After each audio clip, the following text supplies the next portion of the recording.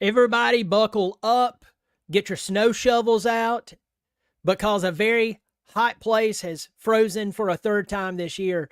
Dabo Swinney uses the transfer portal. All the media heads, their dreams finally came true. He's using it.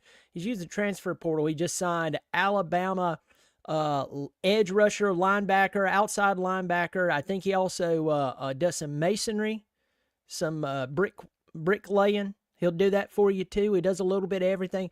No, Jeremiah Alexander, Clemson has signed him, and it's kind of raising some more eyebrows. Dabo Swinney using the transfer portal to try to beef up the defense, especially. We saw Will Helt, the incredible defensive lineman from Purdue. The guy had incredible numbers. This guy, on the other hand, he's seen limited time, former 5-star. Some people said former high 4-star. I'm seeing 5-star everywhere. But I looked at 24/7 Sports, and they had him. Maybe they adjusted it, probably did, to a 4-star. But this guy, Jeremiah Allen, used to play football with Peter Woods. Yes, our Peter Woods. And according to On3, Alexander was a 5-star prospect, where he was the number 1 edge in the 2022 class, as well as the top player in the state and the number 15 player recruit overall. So, that is according to On3 industry rankings. So there you go. So he was seen as a future leader on the team, someone who would see significant playing time and continue, join some of those incredible names of Alabama defenders. But they were expecting him to have more opportunities this year. But the guy's a talented player and a big get for Clemson, of course, playing with Peter Woods and now having them together. That's a big deal. Now, in this past season, he only appeared in 4 games. He's a backup inside linebacker. So they may be moving him to linebacker versus, say, the whole edge thing. I'm still learning about this guy. So if y'all have more information on it, please by all means drop that in here and let me know how you feel about it. Get in here to the comment section, and then we'll talk about this a little more. Byron Davis, hey man, glad to catch you live. Appreciate it, man. I appreciate it. It's good to see you. My old buddy Chase Henderson. May there, my friend. Good to see you. See the symbol beside Chase's name? He supports the channel on a monthly basis, $3 or $5. Chase, I always appreciate your support, my friend. Love your channel. Keep it real. Thanks, Clay. Appreciate it, my friend. I genuinely don't know how I feel about it. There's some questions there. Some people wondering why this guy to a point. But then again, I'm going to have my comment. I have my thoughts on it. I'm going to give it just a second, Chase. Roger Parks, good to see you in here. See the symbol beside Parks, Roger Parks' name. Thank you so much for supporting the channel on a monthly basis, my friend. You and Chase and a few others have been long time supporters, and I appreciate it. Yo, good to see you, my friend. Any safeties leaning to Clemson in the portal? I don't know. I don't know, my friend. Still gamble. Keep it up, Dabo. No more walk-ons. Forming up a nice line for the new DC. Justin from Spartanburg. That's hilarious. Awesome. Good to see him. Happy to see him using the portal, but using it in a smart way so far. He's 6'2". He's undersized for defensive end. Might excel at linebacker. And I think that's probably where they're going to lean towards there, Benjamin. Good to see you, my friend. All right. Got the comment section turned off so I can pay attention. Y'all keep talking away. I'll try to get back to it in just a second. Okay. So here's the thing that we need to look at. First, how many players, this is roughly, and if I have my count correct, this is how many players were returning on both sides of the football for 2025. You have 8 players returning on the offense. You have 8 players returning on the defense. Okay, I think I have those numbers correct. You have 4 of your 5 offensive linemen returning with Matt Luke in a second year. You have Cade Klubnik coming back for his 3rd consecutive season as a starter with Garrett Riley for a 3rd consecutive season. All right, that's a big deal. You have those wide receivers, the freshman wide receivers who did so well coming back. Antonio Williams coming back after having an incredible season after a 2023 campaign where he was injured. Incredible. Things are getting good right here, okay? Let's go to the other side of the football. We still don't know who the DC is going to be. I've did some videos on that. I've heard some rumors. I've heard of rumors of wars. Yeah, we all know. If you get that reference, you get the reference. But the truth is, right now, we don't know who the DC is going to be. Everybody's saying Jim Leonhard from the Broncos. You hear people talking about the guy from Illinois. People are saying that Tim Banks of Tennessee is using us to renegotiate or negotiate a raise in Knoxville. So who knows? I'm not talking about personally. I'm not a fan of Tim Banks. I think it's going to be, as one of you said, and I think you said I think you made a great statement here, that he would be West 2.0. I did a video on that. You can go check out my reasons why.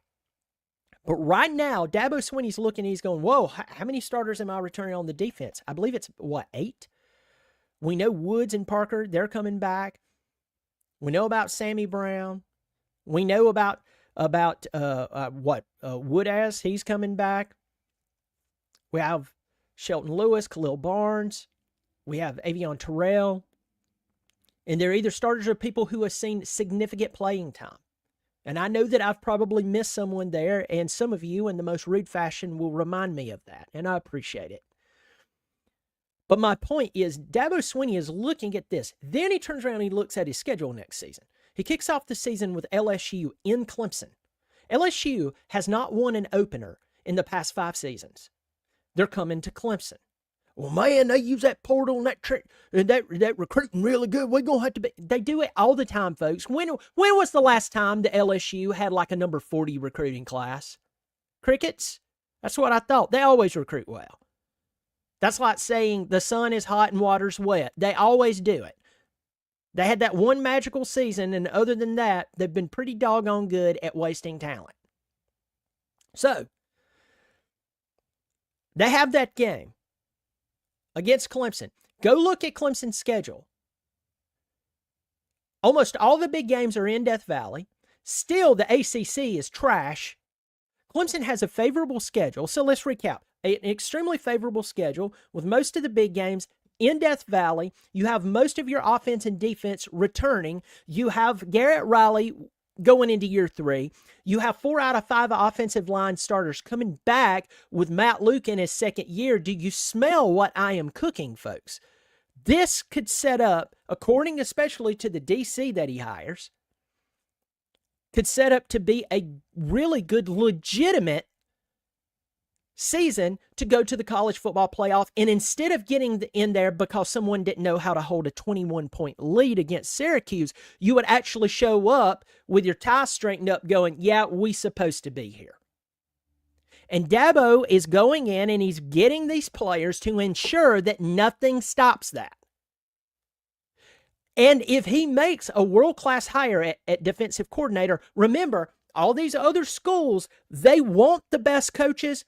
The difference between them and Clemson is that Clemson can actually get them. So, if you're following me, and if you agree that Clemson actually deserves the best,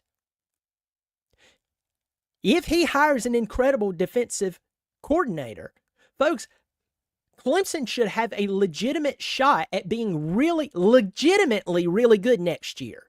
And reminding us what a really good football team looks like in Clemson, South Carolina, instead of everybody having to go back to their excuses that they've conjured up over the past 5 years. So, this could be a good move. I don't think Dabo would have went and got some, trash. I don't see him going in and picking up a problem player. I don't see him trying to bring in something bad. Someone who's not going to do anything worthwhile on this team. I see Dabo bringing in this guy because he believes in him. He looks at him and he says, hey, he and Peter Woods, they know one another. They did some good things in high school together, playing there in, what is it, Alabaster?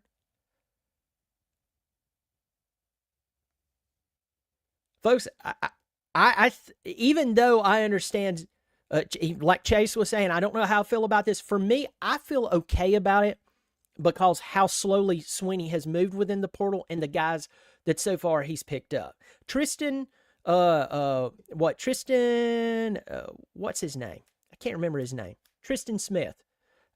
That's just kind of going out there. But with this guy, I feel much better with Jeremiah Alexander. I feel more comfortable with him. This guy, he was recruited in by Nick Saban.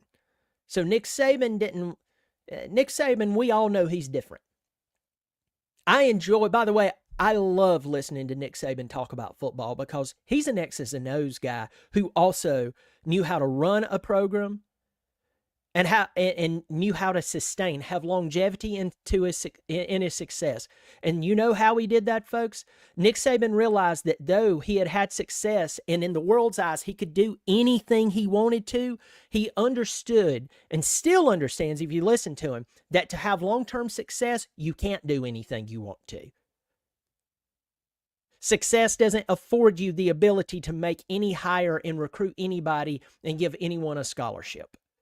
Nick Saban realizes that, in fact, it's quite the opposite. Success demands a specific set of disciplines to be honored.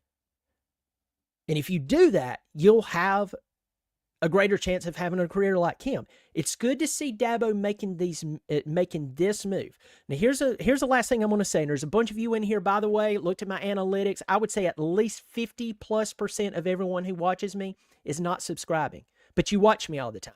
If you want to help an independent like myself, I'm just a guy here talking about my team. If you like independent media, no strings attached, and you like talking college football, I hope you'll subscribe. Here's the thing. It's free. So I hope you will. Here's my last thing I want to throw out there. Folks, the only concern that I have here is that Dabo Swinney is slowly hiring better coaches. And with this defensive coordinator position that he's going to hire, we're going to see who he goes with there, right? And if he goes with a really good defensive coordinator, this could be a big game changer. We saw how Matt Luke, hired an experienced, brilliant guy, how much that helped us this year.